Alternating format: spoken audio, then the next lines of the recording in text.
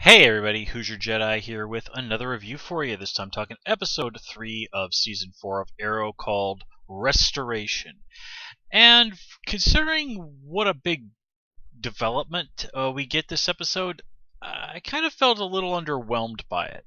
Not that this is a bad episode by any measure. There were just a lot of elements here that I didn't think really quite worked. Let's start with the flashbacks. Well, that was very much. We all knew where this was going to go. Oliver was going to kind of ingratiate himself with the mercenaries, yet find ways to help the prisoners.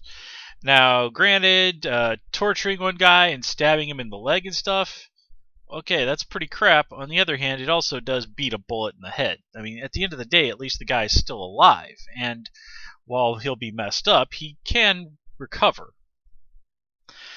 And of course, we all knew that he wasn't going to kill that lady. So, everything there was extremely predictable. And while predictable is not always bad, here it just comes across as uninteresting. Also, on the uninteresting side of the things was our main bad guy of the week, Double Down. Now, Double Down is a character from the comics that I know of, but I can't really recall ever having read any stories with him in them. So, as I understand, if I remember correctly, I think he's supposed to be portrayed as being a little bit more of a crazy person in the comics, but again, I don't really have much in the way of first-hand knowledge of this character.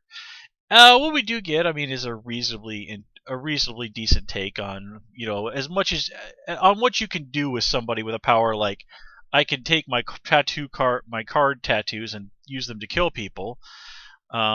Okay, so I'm curious: is the whole like I am super good at throwing these things, is that also part of his power, or was that like something he was already good at before when he got the powers?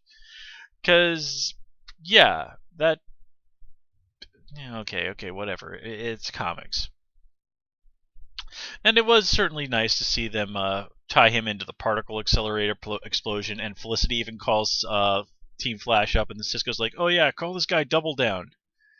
So that's a nice thing. Cisco gets to name yet another bad guy.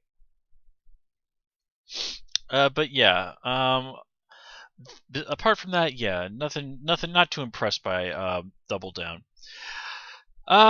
Well, let's kind of just roll through it and talk about the bad guys this round. Nothing particular to say about this Fahad lady, who was ultimately the one that killed Diggle's brother, and of course is ultimately killed by Double Hit Down at the orders of Damien Dark. We continue to see that Damien Dark is extremely prickly when it comes to formalities. Sorry, my computer's being a pain in the butt if you're hearing that. But again, this just doesn't really jive for me. Oh yeah, well we've seen him that he's fine with killing people who fail him. So, what exactly does reminding us of this accomplish? I'm not really sure. Especially since he doesn't even use his friggin' magic powers to do it. He has Double Down to it. So yeah, as a whole, not a huge amount to say about Damien Dark this episode. Now, moving on to our friends in the League of Assassins. Now, here we get some stuff that's a lot more interesting. I really love that bit with Nyssa and Malcolm sparring at the middle, and Malcolm's all like, "Man, sparring with you's fun, Nyssa," and she's like, "I'm not sparring, I'm trying to kill you." And you knew he was going to say it, but he goes, "Yeah, that's why it's fun." And then you see that she gets that little nick on him. And Malcolm's just like, whatever, Lazarus Pit. Which, really does foreshadow what ultimately happens this episode at the end with when Nyssa chooses to destroy the Lazarus Pit. Now, I guess some people out there are kind of wondering, well, why would she do that if she wants to kill Malcolm and take his place? Doesn't she want the Lazarus Pit for herself? Well, I'm sure she did. That's probably one of the reasons why she didn't already do that. But, bringing back Sarah like this and having her be all messed up and wrong, well, I guess she just said like, okay, well, I'd rather kill Malcolm and rule the League of Assassins for my normal lifespan than see anything like this happen again. And you gotta love it when, as much as they hate each other, Malcolm and Nyssa are completely on the same page with saying to Laurel and Thea, no, totally do not use the Lazarus Pit to bring Sarah back to life. This is an awful, awful, awful idea. And then they kind of just go. Then Malcolm's just like, all right, Thea, if you're gonna guilt trip me about it. And of course, this all goes exactly as they said. Now, I was a little confused this episode because I'd been led to believe by what I'd been reading in the promos that they were actually going to need John Constantine to actually help them with the resurrection, because we all know he's coming on as a guest star pretty soon. Apparently, it's not really the resurrection that's the problem, it's getting Sarah's soul back, which actually that does sort of seem to be a little bit more up John's alley. Although folks' souls usually do not fare terribly well when John Constantine is around. If you have read the Hellblazer comics, they usually end up getting dragged off to hell.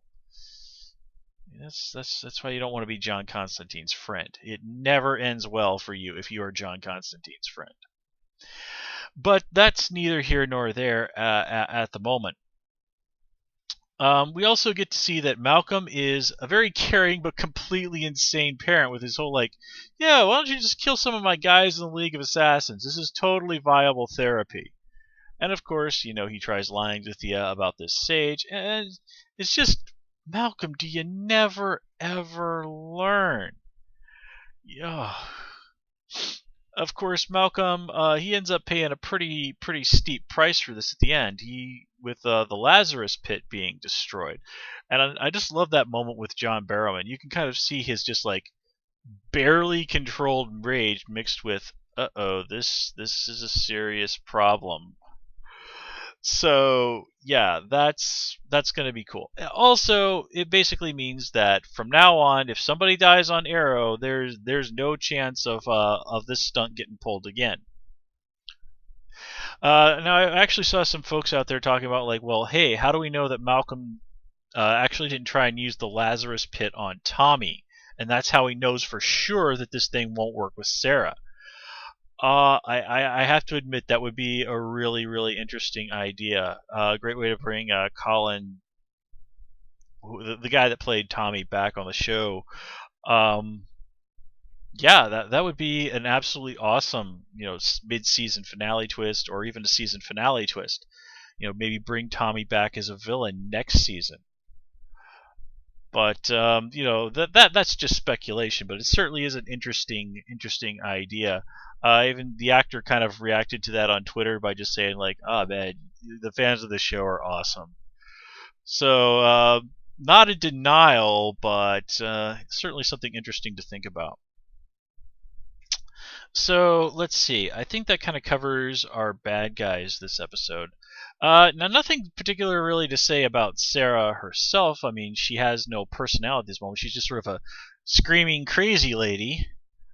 Now, of course, it's really awesome to have Katie Lotz back on the show. Her death last season, huge issue, and she was a tremendous asset to the show, and I'm sure she's going to be a tremendous asset on Legends of Tomorrow. So yeah, I mean, it's really great to have her back, but there's really nothing to say about her as a character, apart from the fact that, and it's not even really about her as a character, it's really more a Laurel thing, that Malcolm and Nyssa were totally on the ball when they called Laurel out and said, like, you know what, you're not doing this for Sarah's sake. You're doing this because you just can't face your grief. And they're totally right. Doing something like this, I mean, Laurel is telling herself, I'm doing this for Sarah, so, because her life was cut so tragically short. I'm doing this for my father to take away his pain. But no, she's really doing it for herself. Those are just her justifications. And that's the thing. In situations like this, the problem is that people cannot accept that loss and suffering are a part of life. No one in all of history has ever not had to cope with loss and suffering. It is part of life. It is part of the human experience.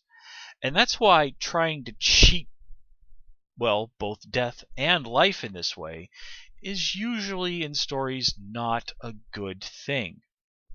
And again, Laurel is choosing, rather than just accept this loss, accept this pain, accept that losing people we love is simply a part of life, even if we do lose those people in terrible and tragic ways, to put our own desire to have them back over the natural order of things is really just not right.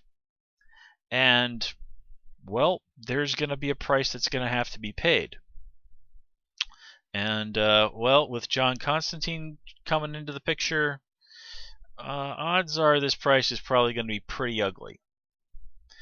So Thea, well, again, we just find that her just once again being jerked around and manipulated by Malcolm. So you can't really help but feel for her. She had gone to the one person who might be able to offer her some help, and his solution is murder. So yeah, man, in a way you kind of can't think that maybe Tommy is lucky to be dead rather than have Malcolm as this type of father. And again, Malcolm was a pretty crap father when Tommy was still alive, so yeah.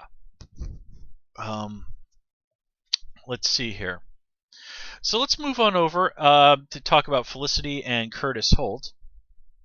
Now this episode was really just kind of firm up Felicity as somebody who somewhat knows what she's doing over at Palmer Tech, and deepen her friendship with Curtis, which is all cool, because as we've seen, she and Curtis are folks who are cut from the very similar cloth. We also get to see Curtis with what's obviously going to be was obviously one of Mr. Terrific's T-spheres.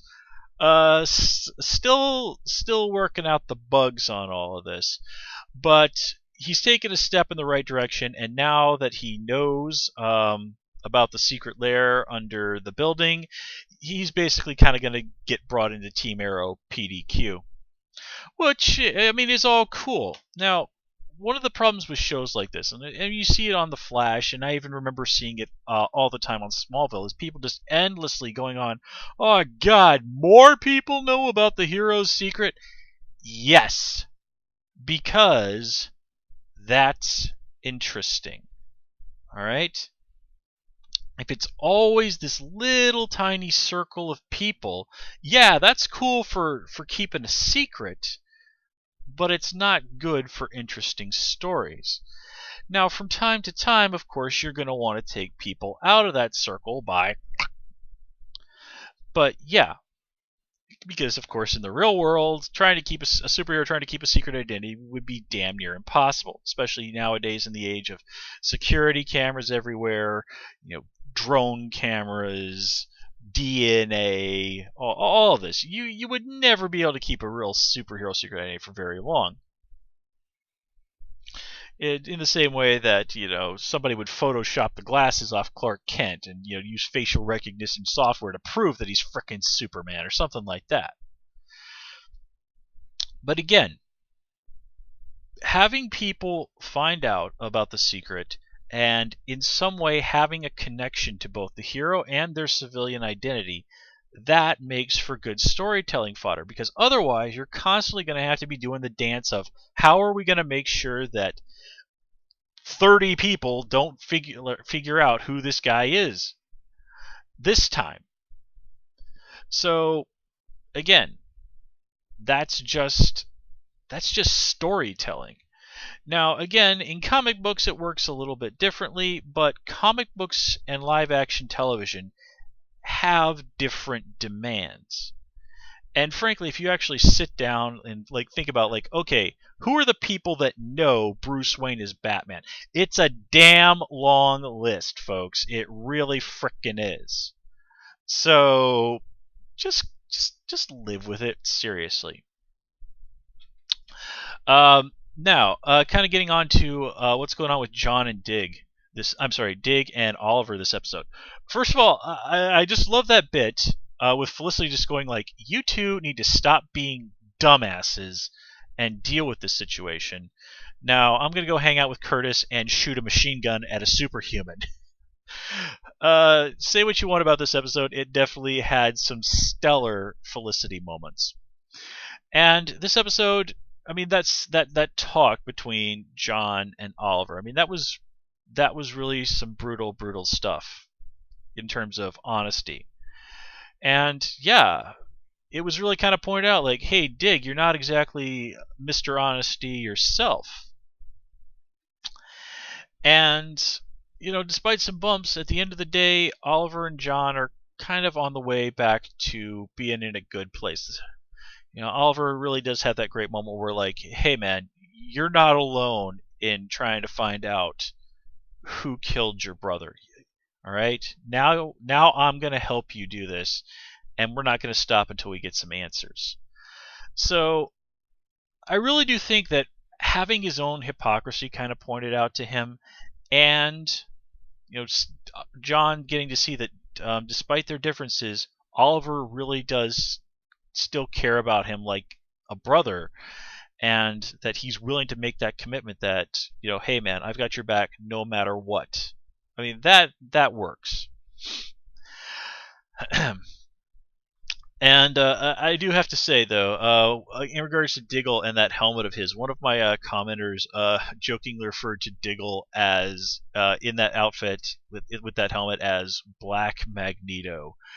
And I gotta say, that's been sort of stuck in my head ever since. Now whenever I look at Dig, that's what jumps to my mind, which is kind of weird, because actually just a couple of months ago I saw somebody, there was like a little bit minor dust up in the comic book community. Somebody said that wrote this little article talking about how if the next time they do sort of an alternate universe or a reboot of the X-Men, they should have Magneto be black. And while I certainly don't see any reason why you couldn't try that. I mean, we've seen, for example, multiple alternate universes where Superman was black. I know of at least one alternate reality where Wonder Woman was black. The Ultimate Marvel Universe has Nick Fury. He's black there. People kind of got into it because they also said, well, yeah, except there's the whole thing that Magneto is a Jewish Holocaust survivor, so, yeah. And it just kind of turned into the old who's more oppressed game, which, it really saddens me that, if I can go off on a bit of a tangent here, that people continually do this on the internet. There's so much suffering and injustice in the world now and in the past. I don't really see what we accomplish by sitting around and trying to play the who's got it worse or who's had it worse game. I mean, what exactly is the prize supposed to be in this situation? Congratulations, you're the most oppressed group of people in all of history. Here's like a $20 gift card to Starbucks or something. I mean, seriously. The world, while it can be a wonderful place, can also be a terrible and cruel place. The things that people have done to each other and continue to do to each other every single day is at times almost unfathomable. So what exactly are we trying to accomplish by trying to prove that one group of people has had it worse than others?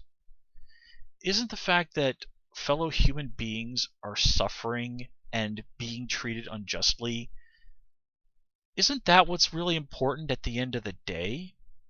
And even more importantly, isn't trying to stop that? Isn't that what really we should be focusing on? Rather than just basically trying to see who can tell the best sob story? Okay, well, having expressed that idea, I'm sure there are a nice army of people on Tumblr who are just itching to tell me what an awful human being I am for having said that. So I shall not deny them their pleasure, and I shall sign off here so I can get this video up on the internet. Until next time, guys, please follow me on Twitter at Hoosier Jedi, and take care and have a good one.